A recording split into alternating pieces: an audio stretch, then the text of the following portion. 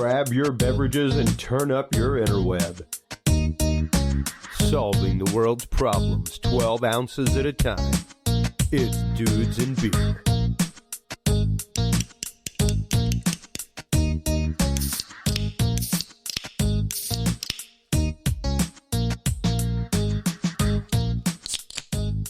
Well, hello everybody, and welcome to episode 265 now of Dudes and Beer as it rings in my head. Wow, that's a lot of content, y'all. Thank you so much for tuning in. Thank you so much for continuing to tune in. Welcome to all of our family in the Poughkeepsie area, way up there in the voice of the Hudson Valley, WMLD. Always a pleasure to have you guys tuning in. Especially during this COVID lockdown period. We here in Texas, I know there are a few cities that have curfews going on right now. Lufkin is one of them that comes to mind. There's a few more. You guys up there in New York are going through a few different things than us. But all over the country, COVID has been the hot button topic. We've talked about it numerous times here. Tonight, our guest, recurring guest who's been on numerous times, our good friend Michael Cargill, host of Come and Talk It on 1370 AM here in Austin, as well as owner of Central Texas Gunworks, Second Amendment advocate, as well as just regular political advocate. Michael, you are probably hands down the most involved business owner that I know when it comes to people that are involved in their community, people that are active in their community, that go speak before city council regularly, things like that. Thank you so much for taking the time to be on the show this evening. How have you been, Michael? I've been great, and thank you for having me. Absolutely. It's been quite a while since you were on last, but here lately you have been in the news locally and in a few other places talking about the COVID crisis, things like that. How has that affected your business, especially at Central Texas Gunworks? I know that there were numerous articles that came out weeks ago about whenever the toilet paper crisis was happening, and people couldn't figure out when to go buy toilet paper or not to go buy it all at once. And there were articles all over the place about, like, you know, ammunition hoarding going on. And I was like, that's funny. I couldn't buy toilet paper, but there were numerous rounds of ammunition at every Walmart that I went to. Was there a run on your stuff over there at Central Texas Gunworks? I mean, you guys are one of the better gun stores in Texas. You would think that y'all would be completely bought out of stock, given all of the recent headlines and things like that. What has the crisis done for you guys, or done to you guys, over there at Central Texas Gunworks? Yeah, we definitely got caught with our pants down, so to speak, because this pandemic, you know, no one knew that it was going to go the route that it actually went. Sure. And just like you said, you know, people did a run on the toilet paper, and then all of a sudden on March 13th, it really started March 12th, but it really hit us on March 13th, Friday the 13th. You know, yeah, we had so many people come into the store that it was just crazy. I never seen anything like this. You know, back in 2012, we had the Sandy Hook shooting in Connecticut, and that, you know, sent the gun community in a, you know, whirlwind, because, 9mm were bought out, and also 9mm ammunition, you know, was sold out. Well, in this situation here, you know, with the COVID-19, the coronavirus, the China virus, whatever you want to call it, we had people run into the gun store and actually, you know, just buy any and everything. They didn't even care. We sold things that we couldn't sell for like the last 6-7 years. You know, guns that we had in there, we couldn't pay someone to take them. We had people that just walked in. They just wanted to take any and everything, and that's a good thing and a bad thing. Good thing is, yeah, great. We sold some stuff that we couldn't get rid of. Yeah. Bad thing was, for about 2 weeks, almost 3 weeks, we were out of stock of any inventory. We couldn't get any inventory for about 2 or 3 weeks. Wow. And that's a bad thing. Yeah, and, you know, what's interesting is the fact that you say that there's a bad thing. A lot of people will be like, yeah, every gun store owner out there must be raking it in, wanting to rake it in. Not necessarily so. You know, let's start getting into... Yes, it's not so because Yeah. there's the markup on guns is really not that high. Yeah. The majority of your gun dealers only mark their stuff up like 10%, or a little lower than that. Mm-hmm. So the markup on guns is not high. Where we make the majority of our money is actually on classes and training. That's right. We make the money off of that, not necessarily gun sales. So, yeah, it's great we sold guns. That's wonderful. But then bad because we sold out of our inventory. We didn't have anything to sell for 2 or 3 weeks. Yeah. And then we had to stop classes. Went to at the beginning, it was fine. We could do 9 people in a class plus 1 instructor, 10 people. Yeah. Well, then as this progressed, this went longer, then they cut out that part. They said, okay, everyone's got to stay in place, no social gatherings at all. So that means that, hey, we couldn't do we can conduct our classes. Yeah, and that's a big issue whenever you're talking about trying to, like you said, educate the public. And that's what the recent article was that you were featured in, was really your concern talking about things like that and getting into those issues, knowing that people who are, it's not that you want to keep people from owning firearms, it's that you want to make sure people are educated about the firearm that they own.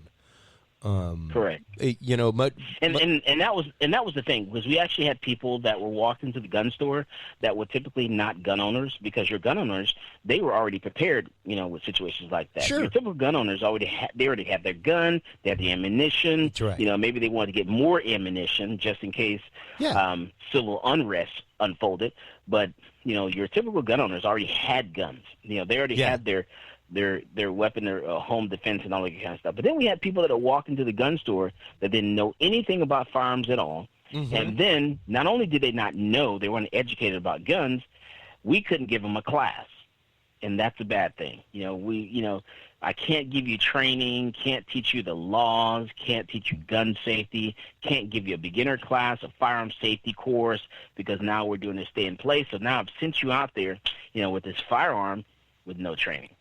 Yeah, and what I love is the fact that you are so entirely huge on the training. You're one of the better schools for CHL, things like that, that I know of here in the Austin area.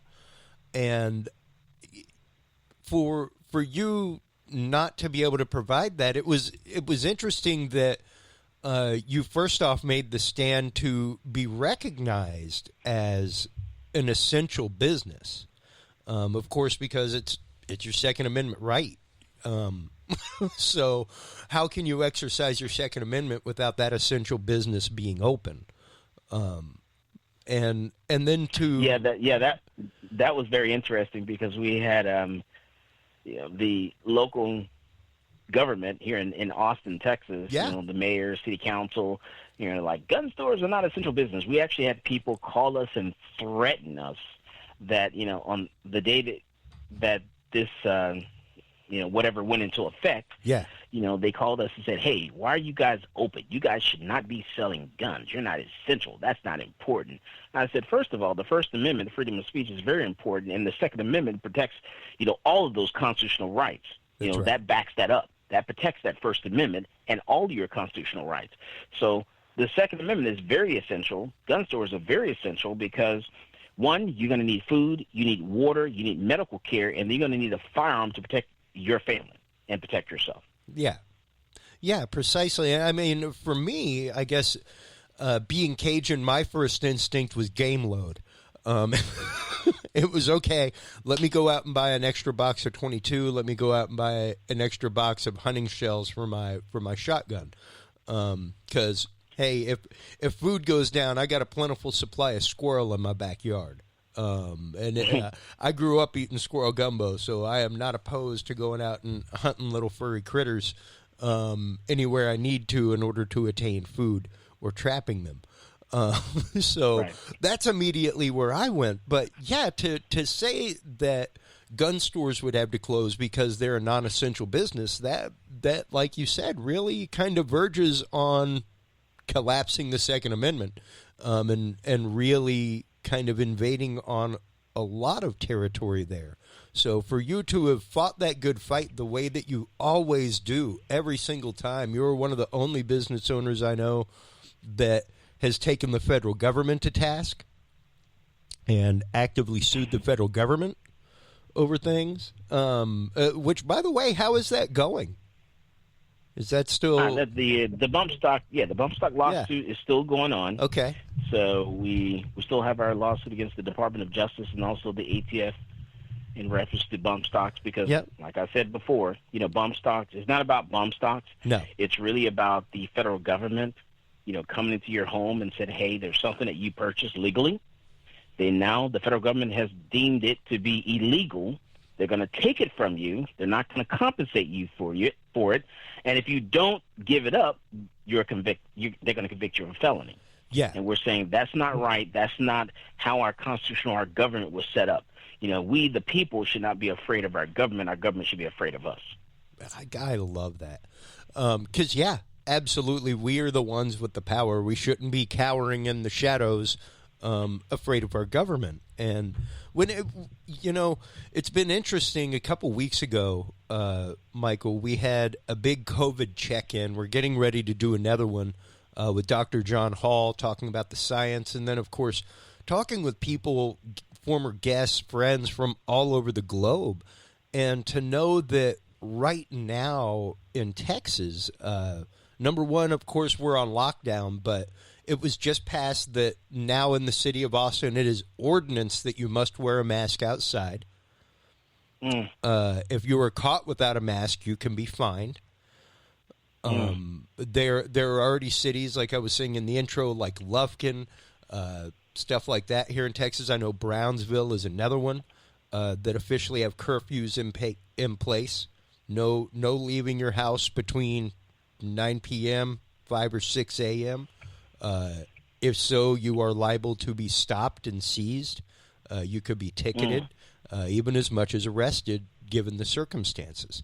So, yeah, it's interesting to see where this crisis has led us, and the true panic. Like you said before the show, just don't be crazy, You don't have to go nuts about things, folks. Protect yourself, protect your families, but go about life. Do your business. If you need to go to the grocery store, go to the grocery store.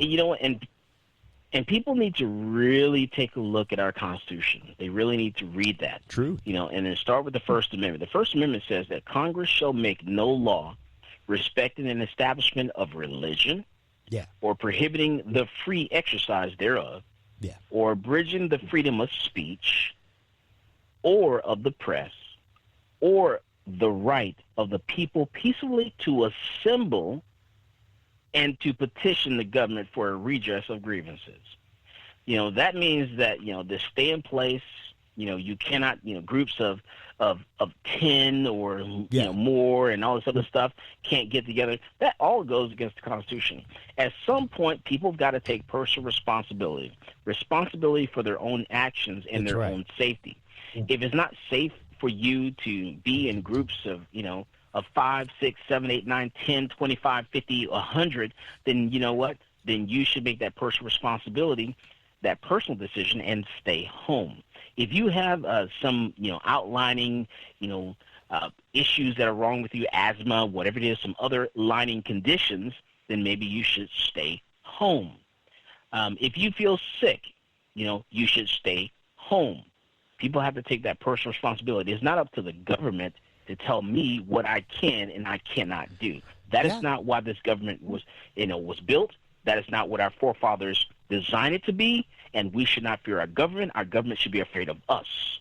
Well, and that's just it. We've talked about that numerous times on this show with you as a guest, Michael, the fact that our government is supposed to be subservient to us and that we're supposed to be the ones in charge. And the lockdowns definitely do affect your constitutional right to assemble. They definitely, I know that Governor Abbott here in Texas just deemed church services essential. So it's now up to pastors in the congregation. I found it very interesting to see a lot of pastors doing services out in their parking lot, you know. And it was like how interesting to see people social distancing on the hood of their car, 25 feet apart from each other, listening to a pastor on a public address system outside of their church. Right. Just to still be able to gather in community, and you know, to know that these things are happening. You have to, like you're saying, be truly careful what powers you give to the government over you, because once you allow it to happen, it's hard pressed for it not to keep happening, and it's hard pressed for you to be able to make it stop happening. And even to hear the president the other day talk the way he did was like, ooh, wow, that's kind of disturbing. Or it was like, no. Well, actually, honestly, in a state of emergency, the president has a lot of overreaching power, though, and he is absolutely right about that. Right. And all of a few weeks ago, it was really interesting to see him in the press conference really handle very well the concept of martial law. And the fact that, because whenever he activated the National Guard and declared the state of emergency, there was a reporter, I want to say from NBC, that was trying to hold him to the fact that he was declaring martial law. And he was like, no. That's not what's happening here. I'm telling the governors to take care of their stuff, make sure things happen right. If that was happening, we would be having a much different press conference right now. So it was interesting to see him take that part of it and to say, like, no, this is not martial law. That's not what we're doing, but we are in a state of emergency. And yeah, the president has some pretty incredible and far-reaching emergency powers whenever it comes to that, correct?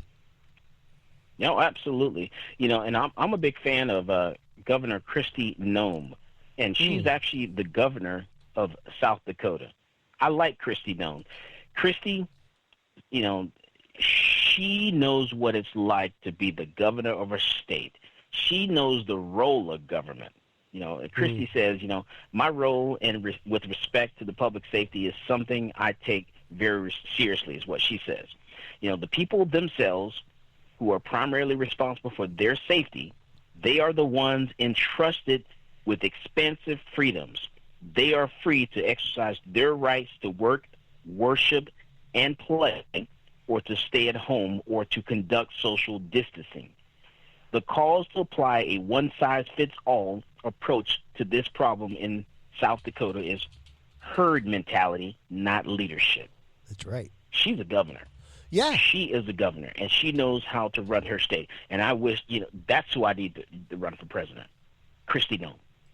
You know, there are so many, like you're saying, unknowns out there right now that are really doing the right thing by their people, that are really making sure that their people are protected, their rights are protected amidst this crisis. Because yeah, these are the moments that I think really try us as a society, Michael. I've said it numerous times over the last few weeks. It's been interesting to kind of see my neighborhood, which is one of those very modern neighborhoods where neighbors don't really talk to each other.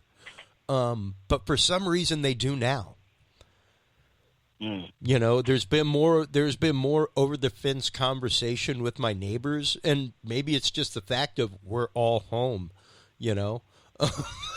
But it's been interesting to see the way that the community has kind of responded to this. I mean, my direct neighbors across the street and next to me, buddy, it's life as normal. My ones next door just had like a 35-person party on Easter. So are you serious? Wow. Not even joking. Like it was a full on, you know, full on rager with people over there. Oh, wow. It was crazy. And it's one of those, like, I posted something about it on Facebook, and it was mainly to see, like, okay, let's see what happens. And the thread went wild with people, like, oh, don't be that guy. I'm like, I'm not being that guy. I'm just saying, like, hey, like, if you don't need to get together, should you be getting together right now? Like, if you don't need to. I'm sure that somebody's birthday, it was Easter, it's a pretty big day for a lot of cultures.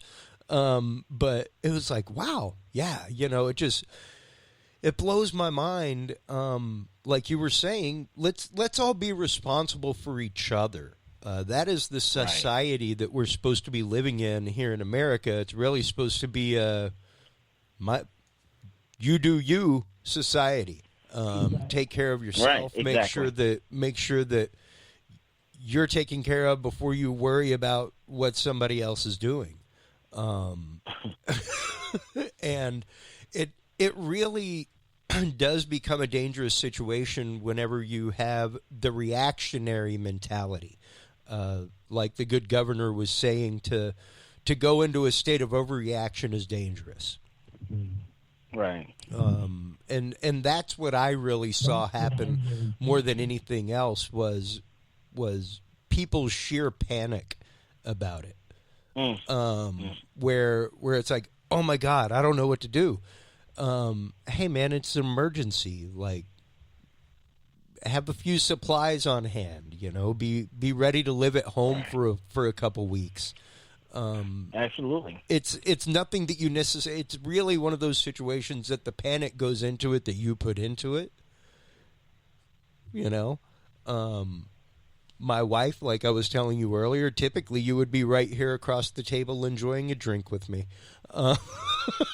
My wife, on the other hand, is fully cautious, and understandably so. I've got a 3-year-old coming up on 3, sleeping in the room right next to me right now. So to take care of a child is very important, and to take care of my wife is very important. So if she wants to minimize traffic through the house, so be it. If she wants to bleach wipe every package that comes into the house, so be it. Like, I'm not concerned about that. Go ahead. Here's some rubbing alcohol and some wipes. Feel free to wipe them down.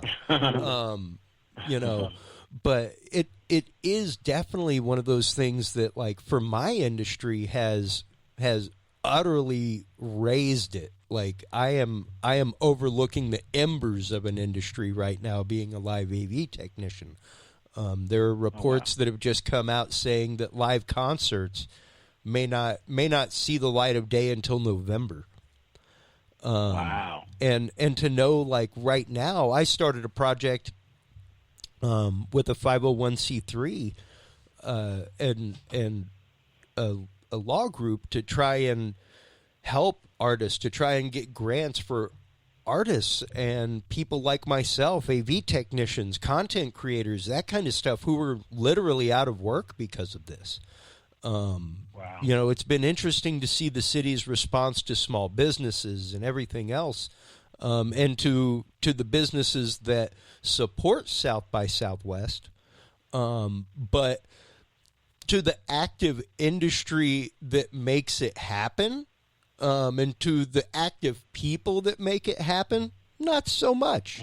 And it's like, it's a bunch of freelance AV technicians that go out and unload those trucks and build those stages and run them for like a month, right? Like, those dudes just lost like a third of their year's income. Like, the income from South by Southwest for some of these technicians is literally like 2-3 months of rent and bills paid, Yeah. So to lose that and to not be eligible for a lot of the programs, is tough. It's hard. So that, and it's just now starting to kind of hit our industry, the true panic. Now that reports are coming out where it's like, it may be November, it may be September before a lot of this stuff starts, at least our end, starts getting up and running again. So it's been interesting to kind of see how the public has responded to this. What has been the vibe in your store since things have kind of shaken out from the initial panic to where it is now, Michael? Well, people have kind of, as of today, believe it or not, today is the first day we've actually slowed down. Oh, wow. Believe it or not, since this all started, we've been like going full speed ahead. What we've had to do is change our hours. Normally we're open Monday through Saturday from 10 a.m. to 6, on Sunday 10 to 1.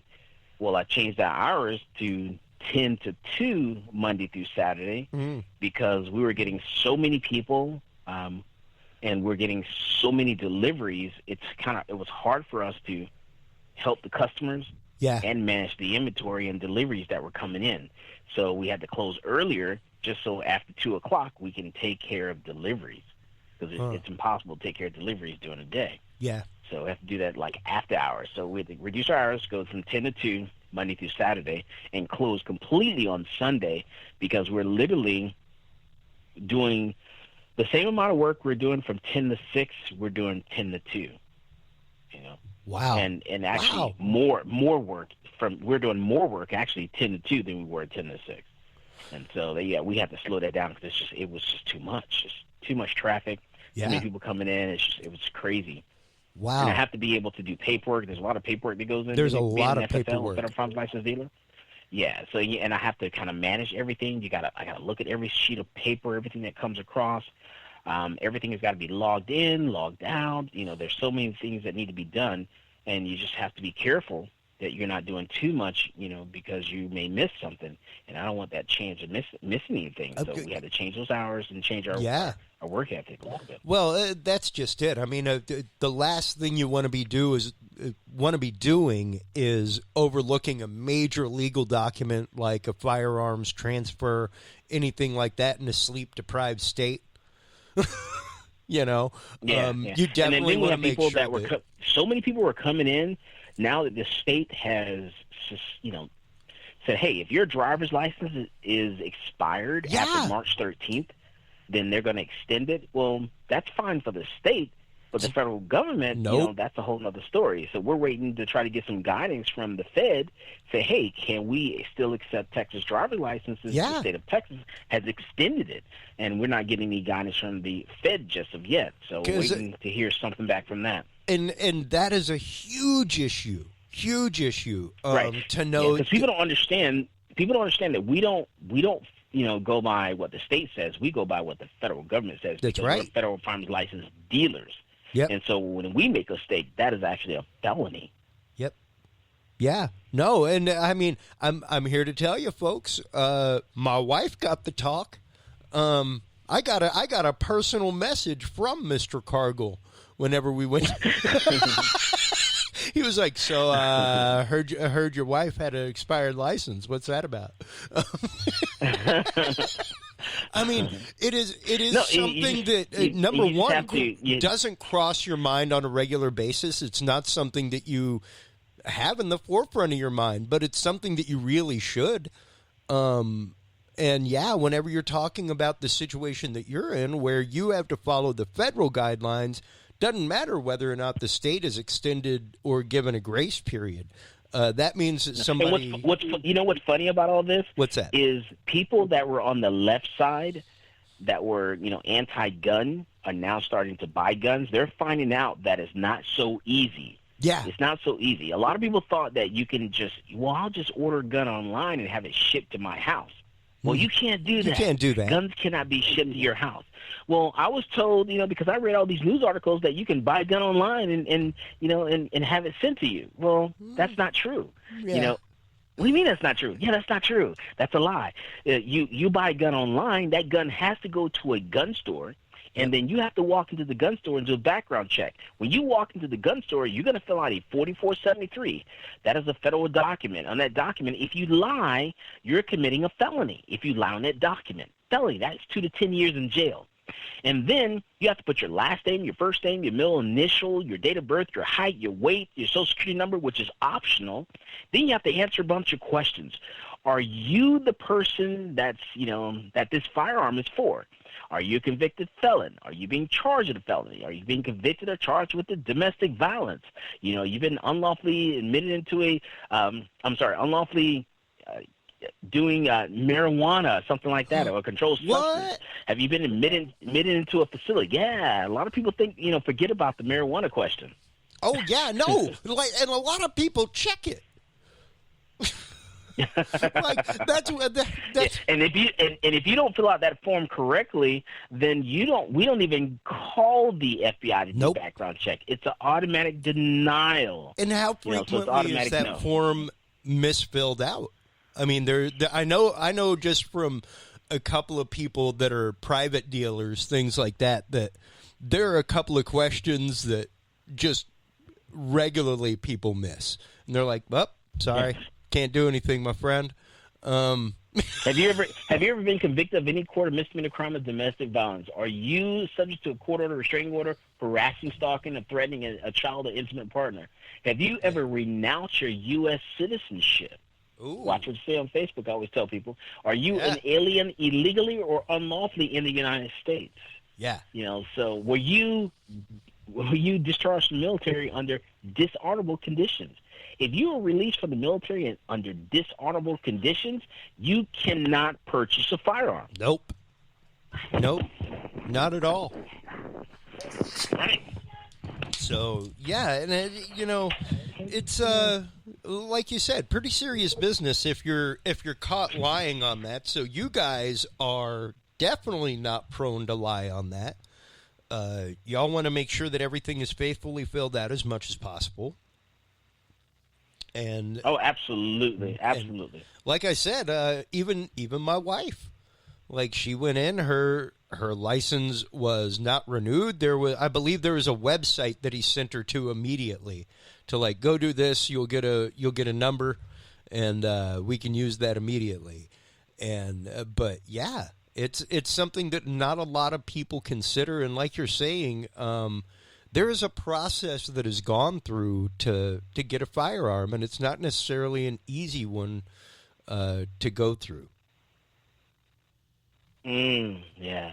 And like I said, people think that it's not so easy. They think it's easy, but it's really not as easy as you think. You got to answer those questions. Then once you fill out that form, and we verify that your address is correct, we verify that that it's not expired, then we type all that information into the FBI, or some gun stores will call it in. We actually type it in. Yeah. And then once we type it all in, we wait and get a response. We get a proceed, delay, or denied. Proceed, out you go with the gun. Delayed, you'll have to wait 3 business days, or denied. Now, here's the kicker. Now that we're in, COVID-19 or coronavirus or China virus, whatever you want to call it, yeah, the delay process is a lot longer. The federal government, instead of them following the law, the Brady law, which says that, hey, if you're delayed, the gun store, FFL dealer has to wait 3 business days, not including weekends or holidays. They have to wait 3 business days before they can transfer the firearm to you, because they're trying to do more investigation or further review on your background. And so instead of them doing the 3 days, they're doing like 20 days or 30 days now. They're not even following the law. Wow. Yeah. Now, to get around the delay is if you have a license to carry handgun. If you went out and got your handgun license, you don't have to worry about the delay. So you have to be careful, scared people into not getting their handgun license. Well, guess what? Now they wish they did, just for the purpose of being able to purchase a firearm. Yeah. It's good to have a handgun license, because the people that have a handgun license, they come in, they fill out the form, we write their handgun license information down, we verify that their license is valid, is not expired or suspended, and then out they go. Yep. But if you don't have a handgun license, the majority of people that we have to run a background check, they are being delayed because the background check system, the NICS, the FBI, is backed up. Oh, I'm sure. Is totally backed up. Yeah, I mean, I'm sure that trying to get through to that right now is about like trying to get through to Texas Workforce Commission. Oh, yeah, exactly. Exactly. Everybody and their mother is calling, and you know, everyone's calling during peak time, lunchtime, 12, 1, 2 o'clock, and the system is completely backed up, and you know, you just have to wait. And the government agencies that they're trying to contact, let's say they're trying to verify a traffic ticket, or you know, that it shows up to them it was in warrant status. Maybe it's not in warrant status. If you have a traffic ticket, and it's in warrant status, that can deny you from purchasing a firearm. Absolutely. So, you know, depending on the circumstances around it. So they're having to contact that court. Well, guess what? Not everyone at the court's working right now because of COVID-19. Yep. So they can't contact those people. So it takes a little longer for them to do the background check. Yeah. And everything like that has been delayed. I know J.L. Carpenter, the lawyer that you were on previously with, even her caseload and everything else with criminal cases, they can't have jury cases right now. It's really an interesting situation. Even the fact that they've had to release numerous, and you know, most of the articles that you've been seeing about prisoners being released are really like local county folk that are waiting for their day for trial, and they just can't legally be held that long without being arraigned and without going to trial. So they have to let them go on bond. And it's really become an interesting situation as to how everything has ground to a halt and just about stopped with this. I've seen pictures of friends of mine flying across the country where it's like them and a flight crew. Like even airlines are just shuttling empty planes around the country because they still have to be at a destination. So, and it's sad to say, and I hate to be the person that says this, but you have to sit there and you have to weigh, you know, what, you know, the COVID-19 is actually going to do, how many people are going to be affected by it, and how many people are actually going to die by this, you know, and weigh that on the entire society, the entire world, every, you know, person, you know, on this planet, or in the United States, or your particular state like Texas. You know, how many people is actually affecting? You have to weigh that and decide, you know, either how long you're going to shut things down, if you're going to shut things down, you know, and when you're going to start things back up. You know, all that stuff plays into it. Well, and I think that's really the big issue right now is there was no real far-reaching plan as to, okay, how do we go about starting things back up? Once we've shut them down, what's the startup process? How do we get all this back up? And that's the whole thing about again? Going to war. Whenever you go to war, you got to have a way out. You got to have a backup plan. Yeah, there's got to be an exit strategy. Out of this, right? And then this is a war. You know, we've declared war against the virus. So once you declare war, you got to have a plan on how to get out of it. So don't go in it if you can't get out. Yeah, absolute truth, man. And you know, right now we're, I think, doing all right. I don't think it's nearly as bad as things are made out to be. Percentage-wise, number-wise, it's definitely a wake-up call in a lot of ways. As far as any kind of preparedness, the fact that there was zero protocol in place for if something like this happened at all is pretty frightening to find out. And as someone who comes from a military background, that must have been one of the most frightening things to see. Was like, wow, they had zero plan. They literally had nothing. It was like, okay, send us some samples. Yeah, but we have too many samples to send you. What do we do with them? I don't know. Right, what do we do now, right? It was like, whoa, that's frightening. And what have you done? Have you actively changed your life a whole lot as far as all that goes, Michael? As far as handling like the COVID and how we deal with that? Well, and I mean, of course, intake of packages at work, all that kind of good stuff. But I assume that you're wearing a mask whenever you go outside. All that kind of good stuff, as the new ordinance in Austin states. Got to be masked up. I loved your comment on Facebook about I can't wait to go make my deposit at the bank with my face mask on.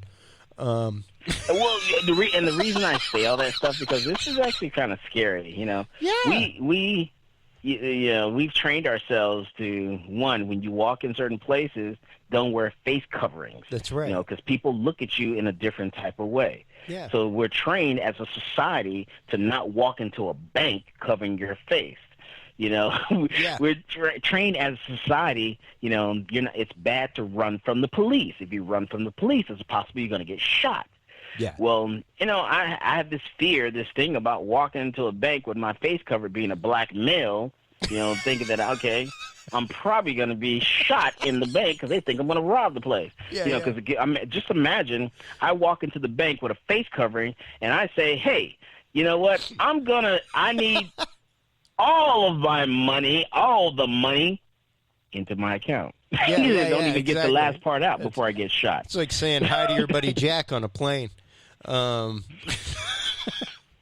Yeah, exactly. It's one of those, just as a knee-jerk response societally, what would it be like?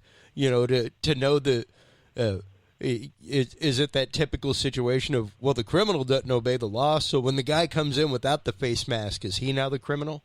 That, oh, wow. Well, he's not wearing a mask. He must be up to no good. Yeah, like I'm curious to see how far we go. I'm curious to see where we come to as a society when all of this kind of susses out. Right. We'll hopefully maybe we would have built a little bit more empathy toward each other through all of it.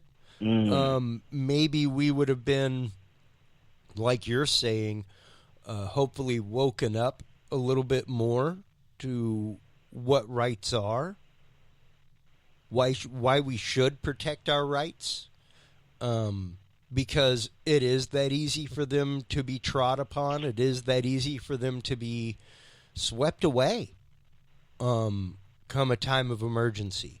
I remember distinctly on this show, and I cannot wait to do I just started doing transcripts for all the shows, folks, just so y'all know. But I can't wait to see the transcript. There was one years ago, before you were a guest, Michael, where somebody on the show challenged me to the fact that we never put every Japanese person in America in an internment camp. And I was like, you're a crazy person right now. I was like, are you joking? And granted, he was like in his mid-20s, maybe wasn't the most historically educated, given a lot of education systems around the country now. But I was like, are you joking right now? Like, are you not aware of the fact that we literally rounded up every single Japanese American and put them behind a fence?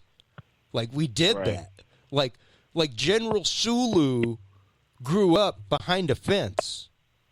Like, we paid them reparations for putting them all behind fences. No, man, that never happened. They can't do that. I'm like, they did it. Like, look it up. They did it, and they did. Yeah. So, and that's what I was saying earlier. The president has some pretty extreme powers. Now, like, granted, right now we are not under a War Powers Act or anything like that, but we are definitely under a case of national emergency. All kinds of interesting things can legally happen during these times, and you really do have to, like Michael is saying, be ready to defend that. You yourself, as a soldier at one point, took an oath to defend the Constitution, and I don't think that oath has ever faded for you, my friend.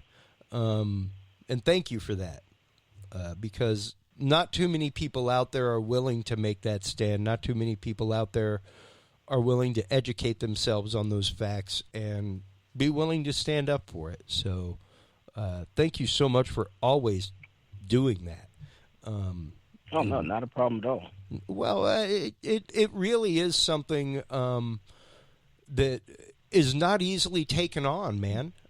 It's a hard fight. it's a hard legal fight, even your legal fight about the accessory known as bump stock. Perfectly legally founded and rightfully so. And I've done a lot of fights. I mean, we have the one we fought against the city of Austin. Oh yeah. To allow license holders to carry in Austin City Hall. There's been quite a few fights that I've started and won, and so and it's for the rights of the people. I would say championed instead of started. Started makes it sound like you're out trying to poke bears, and it's really just more the fact of you run up against something and you are unwilling to bend like a willow. Like, right. I'm sorry, I shouldn't have to bend like a willow. That's not what the law says I have to do. It's great to know that people like you are out there, that you are an activist, that you are trying to continually protect people's sovereign rights as citizens. It really is something that I think people have forgotten. In our society, we've gotten very much to a point where it's like, oh, we'll just legislate it. And that may not necessarily be the answer. Legislation is a hard hammer, and once you swing it, you can't unswing it. You got to go through more legislation to unswing it then. And that could be legally difficult. And once we actively surrender rights or show that we are willing to, how easily will those rights be trodden upon is really the question that comes to bear. So true. True. Yeah. And to know that people like you are out there, Mike, it's always great. It's always fantastic. Thank you so much for everything that you do for the community of Austin, for everything that you do for Second Amendment holders, all of that good stuff. Whenever I see your face in an article, I always know it's going to be a good article. We hope so. Well, we never know. I don't think I'm going to see you in the DUI register anytime soon. Anything like that, my friend. I don't expect to see any kind of corruption case with Michael Cargill, anything like that. So I expect to see nothing but good news whenever I see your name attached to it. It normally means that you have decided to once again champion a cause and to bring something to light. Like you were saying, yes, we're selling a lot of guns, but what's concerning is that I'm not allowed to train anybody. Exactly. And I wish we would have gotten a response from someone about that. Yes, the Second Amendment is very important. It's very dear, to my heart. Yeah. But you're prohibiting me from giving people that training that they need. We're we're kicking them out the door, saying go forth, do great things, defend your family, but you can't. I had someone come back that didn't know how to load the magazine to the gun. Put the bullets in the magazine backwards, put the magazine in the gun, and slid the slide forward, and it jammed the gun. You'd be surprised how many people we have that will come to the store that will take their gun apart, can't put it back together, bring it to us in little pieces. Yeah, that happens a lot. Yeah, because they watched a YouTube video and they should be able to do it.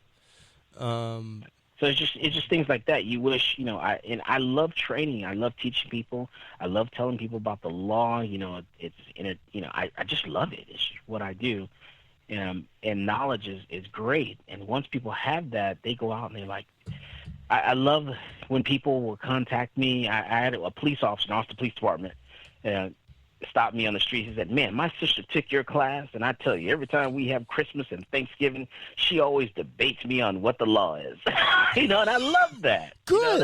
That's Good. what it's all about. I love that. The people, we should know what the law is. When you get pulled over by police, you shouldn't have to worry about, this police officer who actually can lie to you. Yeah. Can actually legally lie to you according to the Supreme Court. They can lie to you, but you can't lie to them. And so they can trick you into telling them something, but you can't lie and trick them. Yeah. So you need to know what the law is in order to to go about your day. Absolutely, absolutely, and you have to know that it's okay to go nope. It's okay to say no. It's all right. It's actually fully within your rights. That's right. Like I ended up getting in a situation years ago because I did not know my rights. Had I known my rights, things would have gone down a totally different way. And really more, had I known them and been as steeled and resolved as I am now to protecting my rights. To be willing to stand up and go, oh no, I'm sorry. That's not the way this is working this evening. And here's legally why. Right. I would have never, and it really does kind of take an amount of chutzpah, and a lot of people are like, I don't know if I have the balls to do that. And it's like, you better get them. Like, you better really get them because, as soon as an officer pulls you over, it is basically making a case from that point. That's right. Doesn't matter what they pulled you over for. That is their training, is to start making the case from that point. That's right. And we've had officer or former officer Eddie Craig on the show before talking about that. We've had a great episode about search and seizure with J.L. Carpenter, who's now a regular guest coming on the show, talking about these kind of issues. So, it's something that's so important. Most people don't really realize what that Constitution says. Don't realize it. Don't realize it. Don't think about it. No, and it really should be an everyday course of thought, and not even necessarily the way our society thinks now, where it's like, what's my liability, What? But it's really more knowing how to protect yourself and what your rights are and being willing to stand up for them once you know what they are, because there really is that level of accountability once it's there. At least I believe so. Not a lot of people do, unfortunately, Michael, where it's like now you have that burden of knowledge, what are you going to do with it? That's a lot of the reason why I started this show, was just because there was so much there that, man, I can't imagine being somebody who's just swamped by this stuff and can't filter it. That to me what is a amazed frightening me, concept. what was amazing is this week we had Easter pass us by. Mm-hmm. So during Easter, you have people that wanted to do a church service. Yep. Here we are going through a national crisis. Yeah. And people need something to uplift them. Yeah. And some people turn toward the Lord. That's their choice. Absolutely. And so they should be able to do that. Well, we couldn't do that, during this crisis. You can't go to church. That's mass gathering. But in some states, you had some ministers decide to do some type of service, whether it was a drive-by, Easter service where you drive into the parking lot, or you meet us out in the parking lot in your car and they talk to you in the microphone. You actually had law enforcement, so focused on going to the church and issuing $500 or $1,000 tickets to these people who were wanting to go to church. That was a sad day in this country. Yeah. And when we have something like that happens, where you have people that all they want to do is just go to church, that's their right. That is in the First Amendment. Go back and reread the First Amendment and what it says. That is their right to go to church to do that. The First Amendment to the United States Constitution prevents the government from making laws which regulate an establishment of religion. Or the practice thereof. That's right. And so it's sad that I had to witness, a minister in Greenville, I think it was South Carolina, who was issued a ticket, because he was trying to conduct a through, in your vehicle, Easter service. And that right there is very sad. Yeah. Yeah. And, it really is the situation of we're supposed to have choice. That's why I didn't say anything about my neighbor's party. There's 25 feet between my fence and them. And honestly, if they want to be that irresponsible to do something like that, that's America. On them. If they want to put their family members in jeopardy, then that's on them. I'm pretty sure I woke up in America this morning. You have the right to make any stupid decision you want. That's right. That's right. If you want to be stupid like that and put your family in jeopardy, you want to be stupid like that and put your senior members of your family in jeopardy, then you know what? Then we don't need you on this planet anyway. Go for it and do great things. This is I tell people that are on my Facebook page, I'm not going to walk into a bank with a face mask on. That's just not something I'm going to do. To me, that is very stupid. I'm not stupid enough to do that. I am smart enough to know that I'm a black male and that if I walk into a place with a face mask on, somebody is bound to pull a gun out. So I'm either going to die by coronavirus, I'm going to die by a gunshot, I choose to take my pick with the coronavirus. That's right.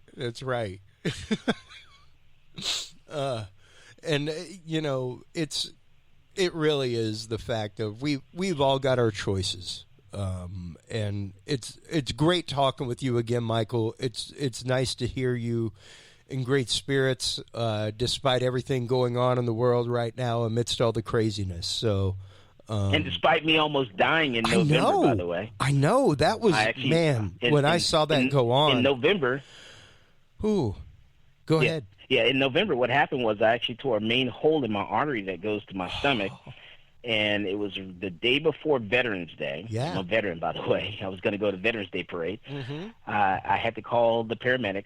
They pulled into the parking lot of the shop there, the gun store, and pulled right in front of the gun store, called the paramedics. They came over, and just 1 block away is the hospital, by the way. I could have literally walked there.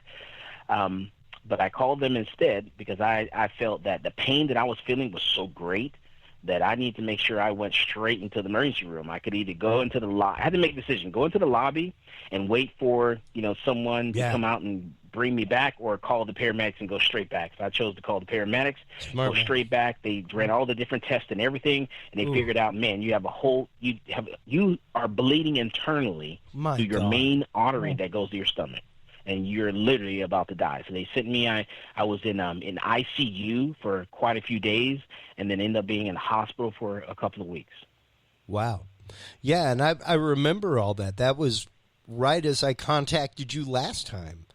To be on the show, and God bless you for all of that. I'm glad to hear that you were well. You were back up and invigorated for the fight, as always. So, it's so good to hear. Please do, before we let you go, let everybody know where they can go to find you at Central Texas Gunworks, where they can go to find you online with that as well. Also, where they can go to catch Come and Talk It. All right, definitely you can find us on centraltexasgunworks.com, our website. Or our gun page, shop.centraltexasgunworks.com. On Facebook, it's Central Texas Gunworks. On Twitter, it's Centex Guns on Twitter. You can search Central Texas Gunworks, it'll come up. We're also on Instagram, Central Texas Gunworks. And then the radio show Come and Talk It, where we talk all things firearms. We try to keep it strictly to firearms and gun laws and stuff like that. It's called Come and Talk It. We're on Talk 1370 AM, and if you can go to comeandtalkit.com, you can find us. It's every Sunday from 4 p.m. to 5 p.m. Come and Talk It. All right. Well, Michael, please do hold the line while we close things out. While you're online checking out everything that is Come and Talk It, everything that is Central Texas Gunworks, make sure to go on by the Dudes and Beer podcast. Dudesandbeer.com is the website. Make sure to check out the Knowledge Vault. Make sure to check out all of the great episodes there. Like I said, we will soon have transcriptions. We have quite a few hard of hearing listeners out there, so we want to make sure that everybody can get all the content. So make sure to stop on by dudesandbeer.com. Until next time, everybody, take care of yourselves, take care of each other, and we'll talk to you soon. To this Bye-bye. episode of the Dudes and Beer podcast. To listen to our audio streams or chat with us live, download the official Dudes and Beer app for Android and iDevices, available on Google Play and iTunes markets. For more episodes, content, and information, visit us online at dudesandbeer.com. You can also find our episodes on Breach.tv, iHeartRadio, Spreaker, SoundCloud, iTunes, YouTube, Stitcher, or your favorite podcast service. Dudes and Beer is a proud member of the HC Universal Network family of podcasts. For more about our sponsors and other podcasts on this network, visit hcuniversalnetwork.com. Thanks for listening, everybody, and until next time, drink responsibly.